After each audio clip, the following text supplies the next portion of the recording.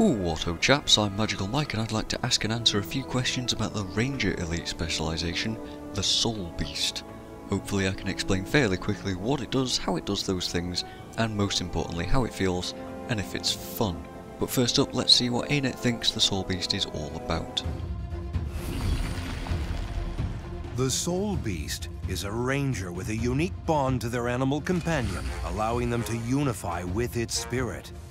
They use daggers to fight at close range and enter stances to take on the aspects of wild creatures. When the Soulbeast merges with their pet, they gain its unique abilities, as well as the abilities of its archetype. They may not always fight side by side with their pets, but they're never truly alone.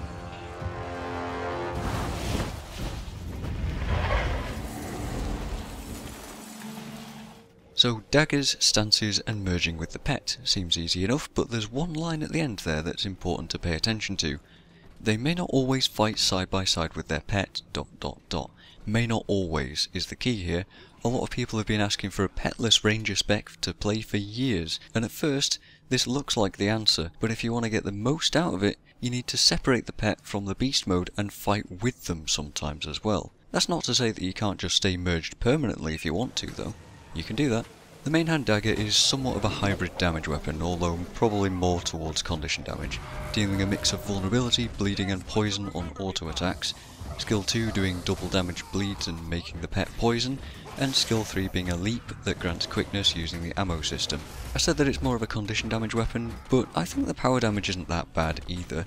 We'll have to see how it compares to the rest of the ranger's options. The stances seem somewhat weak, but have potential, much like a lot of other utility skills added with this expansion. Bear stance heals for a ton if you have conditions, mower stance increases outgoing boon duration by a whopping 66%, and vulture stance can bump up some might stacks or add poison based on the enemy's health. The one wolf pack elite adds packets of damage onto your attacks and was fairly underwhelming in my opinion, but there is a trait that allows the Soulbeast to share all of these stances with its allies, making them possibly weak on their own, but possibly really effective in a group. Again, we're just going to have to see how that works out. Beast Mode is your new F5 skill. It absorbs your current pet and grants you new skills and additional stats based on the pet itself and its archetype. For example, the birds will give you access to swiftness and swooping skills. Bears will give you access to defy pain, and felines will give you control over the bite and maul skills that those pets normally have. You'll want to jump in and out of Soulbeast mode to maximise your pet's abilities though, since you don't share cooldowns with them. You could bite and maul with your tiger, unmerge and then have it use those skills as well. You'll notice that this juggling sort of mechanic is present in a lot of these new specializations. Heat with the Hollowsmith, elements with the Weaver, and clones or ambush skills with the Mirage. It's a good way to add depth to an otherwise very simple idea. You should unmerge with your pet at opportune times for various benefits. The pet archetype gives you access to a specific skill type on your merged F3 as well. In particular, the Worldly Impact skill is a strong power-based damage ability, and Primal Cry can add a number of bleeds to enemies.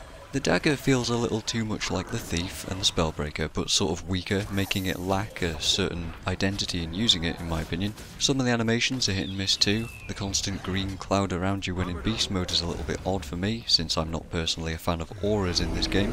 Many of the merged beast attacks are a bit simplistic as well, most of which are just sort of punches or kicks, but at least Worldly Impact is satisfying.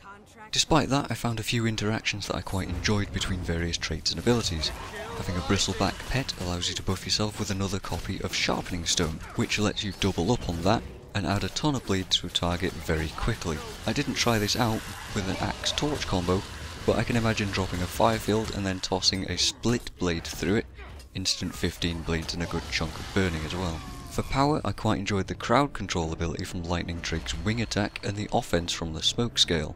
I also enjoyed combining Sick'em with the Greatsword Maul, which adds the pet damage buff to you, gives you an attack of opportunity, and results in a hefty amount of damage, which can also then be recharged if you hit with the Hilt Bash right afterwards. There's also the opportunity to build a ton of might on you and your pet through axe attacks and sword attacks, Fortifying Bond in Nature Magic to share boons with your pet, and the Potent Ally trait in Beast Mastery to give you and your pet might on crits. Combine these with Fresher Reinforcement to eat all of the boons on your pet, and you can build stacks of might and other boons in a couple of seconds, then drop out of beast mode and heal as one to copy those boons to the pet, maximising your DPS almost immediately.